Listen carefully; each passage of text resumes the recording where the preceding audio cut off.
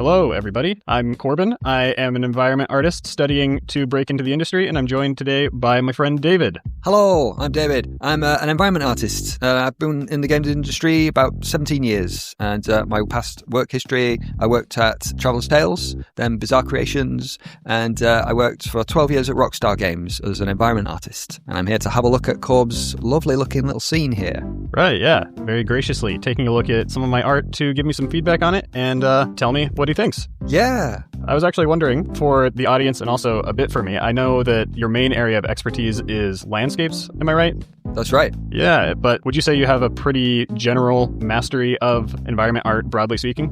Yeah, I mean, I've done all aspects of environment art. So I have done building work. I worked on roads and things, assets. But the majority of my career, I've been at Rockstar for 12 years, and I was very much specializing in landscapes, so natural landscapes, as opposed to architecture. But I do have a pretty good appreciation of what it takes to make pretty much anything in a game. Yeah, well, all of that being said, I was wondering if you had any sort of first impressions about this piece as a piece for my portfolio.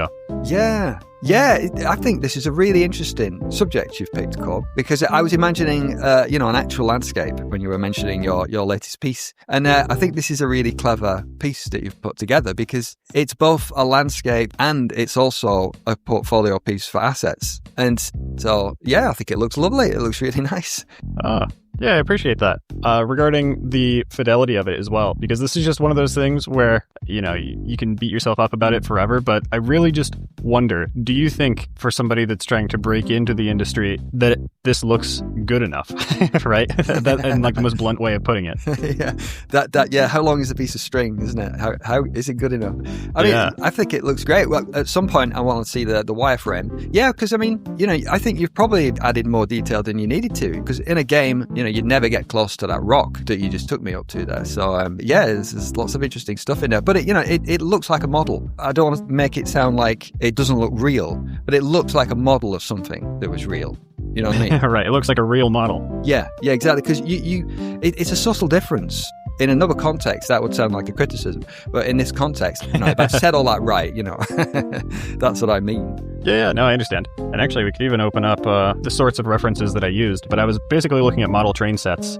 Yeah, good starting point for that, isn't it? What I'll get into next then is my reasons for doing this scene, which I don't know if you saw my previous scene that I did, which was a sort of like Greenland Vista scene. Yeah, definitely I saw that one. Because that one, I worked pretty hard on it for a while, but there was just something about it that didn't quite live up to my expectation for that scene. And so I thought about it really hard when deciding what my next scene would be. And I wanted to sort of tackle everything that I felt I could have improved on in that scene with this scene. And so the main things that really stuck out to me were like the detail level, where because it was a Vista scene, I think I kind of under-detailed it, thinking that it was going to be viewed from further than it ended up being viewed at. Right. And so with this scene, I really wanted to get in there and model out things, maybe not the microscopic level, but to where it feels more full in every pixel. Yeah, definitely. I mean, it feels like a nice detail level. You zoom back in to that wood there. I like seeing there's plenty of detail there, isn't there? You've got the wearing on those ridges in the wood. Yeah. And, you've got to think about, what's the end usage of the scene going to be? For a gaming, for instance, how close will the player get?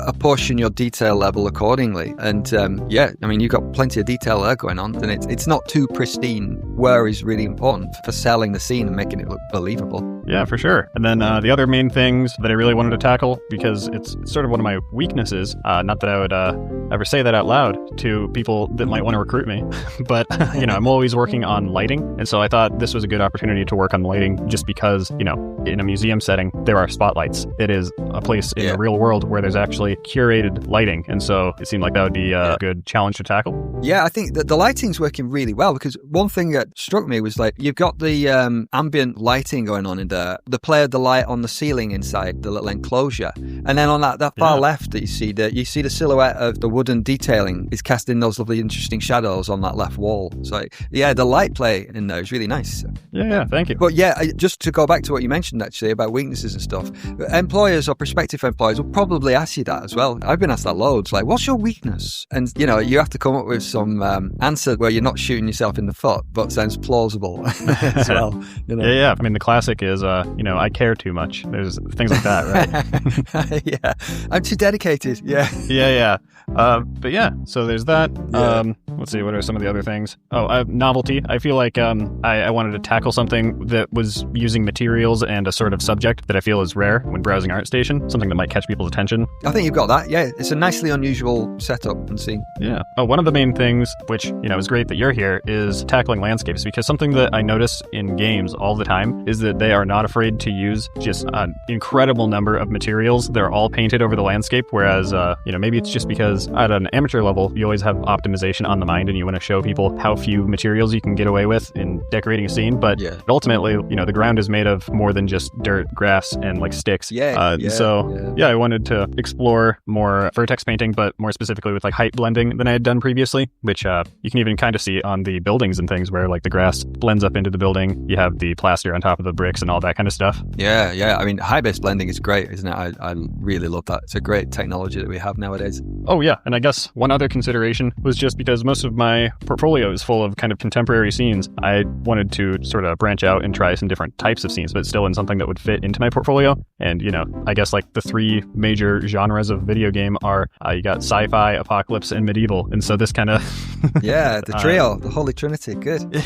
yeah. It fits some medieval into my portfolio. Yeah, medieval is great for all sorts of different games, isn't it? I mean, nearly all RPGs of fantasy sort of genre have got a healthy amount of medieval stuff going on. I mean, look at The Witcher 3, blimey, But I'm interested in that backdrop you've got there, Cobb, as well. Where did you source the painting for that one? A very evil place called ChatGPT, right? Right. I know that probably sounds really evil considering you're an actual traditional artist as well. But yeah, for me, it was, I definitely really do see AI currently as tools that can help us to make the work faster until it takes our jobs entirely. But the other major thing about it is that, actually, there are a lot of things about it. It's a very nuanced topic, in my opinion. Yeah, actually, I don't even know how far I want to go into that because it is such a big topic. Well, that's fine. No, I mean, I have things to say about it, but carry on. I don't want to disrupt your flow. No, that's okay. I'd actually be very curious to hear your perspective on it as somebody that has actually had a career in the industry. Yeah, cool. Well, no, I mean, I think I don't have a problem with AI. As you said, it is a very, very useful tool. I think it's important to sort of state when and where it's used. But like in this case, for you to bust out the paints and do a whole pastoral landscape for the backdrop, that's a lot of work. That is a massive project in of itself, isn't it? And it's not even the focus of this. So I think it's fine to use AI to get a backdrop for that because that's all it is, isn't it? It's not like you're saying you've done this painting yourself. The only times I have problems with AI art is when I sort of see people, if not explicitly passing it off as their own, which I've seen on Instagram lots of times, but it's when it's not really clear. And yeah, it's fine. It's a very useful tool. I often use it for just speed. If there's something I'm setting up and I need something as a placeholder, I'll get AI to just chuck something there. I mean, even on my channel for the banner and my icon, when I first set the channel up, I just got ChatGPT to generate something. And then I kept that there for about a couple of weeks. And then when I finally got round to my own thing, then I swapped it out. Yeah, for sure. With when it comes to how these AI tools have been embraced to some extent by actual professionals in the 3D space, I think a lot of it really just has to do with how, like you said, the speed is so unmatched. And as long as it's serving a vision still and it's being modified to actually fit the project that it's being used in, it's actually just a really great tool that we all have access to. So that's the background. Cool. Oh, yeah. Well, actually, I did feel that I should mention as well, almost all the textures are created from basically an AI source, as well as these trees. Like this 3D model is something that I generated from a texture, something I generated from a reference image, and then I did all of my own texturing on top of it. Oh, really? Oh, okay, yeah, I see. Yeah, if you wanted, I could also go into just if anything sort of stands out to you, you could let me know. Yeah, cool, do it. Yeah, well, let's do it. So how many pieces is that composed of? Probably not that many, is it? No, actually, this is 1, 2, 3, 4, 5. Oh, and then I had to make a little connector piece. 6. Yeah, so the modular aspect is 6 total. Nice, yeah. And you could make a whole big long row of them with just those pieces too, couldn't you? Yeah, you could almost make the whole museum just about. Yeah. I mean, one thing I might say is that where your water meets the painting, I would perhaps be inclined to sort of have it blend a bit more. It's a little bit aquamarine into oil. But, again, you can get a lot of mileage out of the fact that, hey, this is a model and that's the backdrop. So that's part of your genius in picking this subject, I think, Hawks. Oh, yeah, that's a good idea. But yep, so these are all the same rock. That's an asset as well. All of the discoloration, which as I've studied more and more, this is something nobody told me when I was first starting in environment art, but adding like discoloration to materials across everything basically bumps up the realism in my opinion. Yep, definitely. That's lovely, isn't it? It's just bedding in nicely. I think, I mean, even the rocks, like if you're working at a studio, I mean, like I would use pre-done rocks. Even though I'm making a landscape, I was never a prop artist. So I don't think I ever made a single rock while I was at Rockstar in 12 years, if I'm remembering rightly. Wow, ironic. I mean, I made plenty of stuff for landscapes, but actual discrete rock assets, we have a library of them and you use them. Yeah, I'm surprised to hear that you never did any rocks because, I mean, rocks are one of the main things that I feel young environment artists get really in our own heads about because we know, I need to learn ZBrush. I need to do all this sculpting so that I can be good enough. But yeah. Yeah. Yeah, it very much depends on the studio you're at, what game you're making and what your exact position is. And it just so happened that, I mean, we always had plenty of rocks and stuff and it's highly variable. Yeah, for sure. Regarding all of this, though, I mean, honestly, this might basically be the whole tour. Was there anything that you wanted to see up a little bit closer? Can I read that sign on the left? Oh, yeah.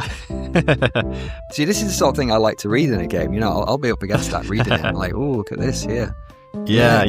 And honestly, I mean, like, this is the kind of thing that makes portfolio pieces take so long because this is even properly textured with all of the right materials. And I don't know if that's reading well, but like all the correct reflections and everything, even though it's barely even in the image. Yeah, I see it. That's cool.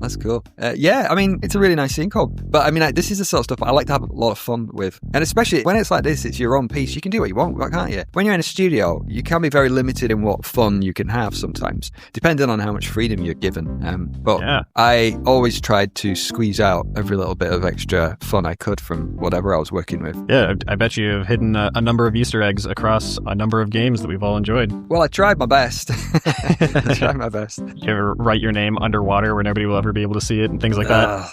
Nah, I couldn't get away with that. Someone would find it, especially on a GTA. On a Rockstar game, like there's so many eyes that go over those things that, well, as we know from the history of, say, GTA 5, nothing gets through without being spotted eventually. Yeah, exactly. I contented myself with caves and stuff, and having fun with the landscape and making cool things that I would like to have in as a player. That was the fun I had and still do in whatever I'm making. Oh, actually, yeah, could you show the wireframe? I'd like to see the wireframe. Oh, yeah, good idea. Let's see. So wireframe, the landscape looks pretty dense, but that's because of nanite.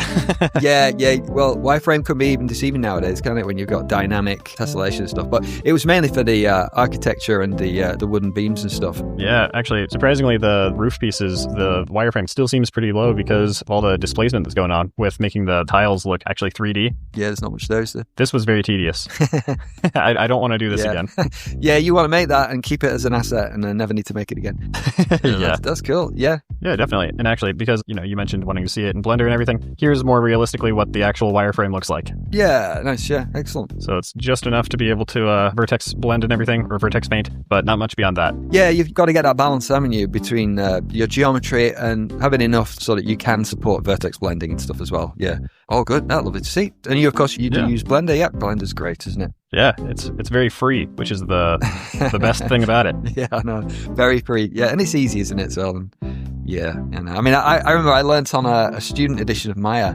I don't know whether they still do it anymore, but there was a student edition which is pretty much fully featured. It just had a watermark on it. Oh, really? Yeah, well, I always heard a couple years back that if I got into a studio, they wouldn't let me use Blender, so I use all the industry standard controls. So essentially, if I needed to move from Blender to 3ds Max or Maya, then I already use the same keyboard shortcuts and things like that. Yeah, why not? Yeah, it's probably a good idea. I think people do get a bit too hung up on software and stuff and not knowing this or not knowing that, because if you can model is what matters. It doesn't take long to learn any software, really. As long as you know the underlying principles of what the software is for, you'll be fine. For sure. Well, with that, did you have any closing thoughts? Oh, thank you, Cobb. I've enjoyed having a look at this. It's a really interesting subject. Yeah, I think you've done a pretty good job on that, on nailing that vibe of the piece. And you've got a lot of the skills happening here that a studio's going to want as well.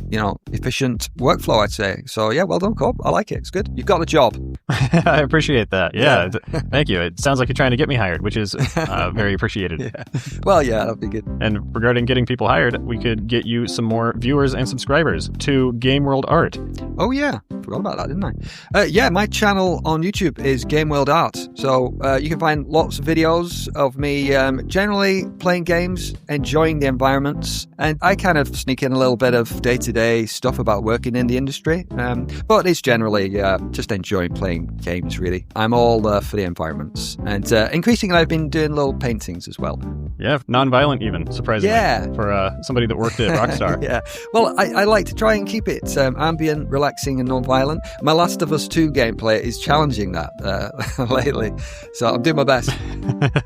But with that, thank you everybody for watching. Check out Game World Art. Thank you. Again, everybody, my name is Corbin, and I am looking for work. David, yes. And yeah, I've got more than enough work on. So I'm not looking for any more work, thank you. But I am just enjoying watching Corb's stuff. I think, you should give him a job. If you're looking for anyone, you should give him a job. He knows what he's doing. Hey. Yeah, it's all nice. You heard it here first. Yeah, well, thank you, Corbs. I appreciate you showing me all this, and I've enjoyed having a look at it. Yeah, no problem. Again, thank you for having a chat. Cool. Anytime.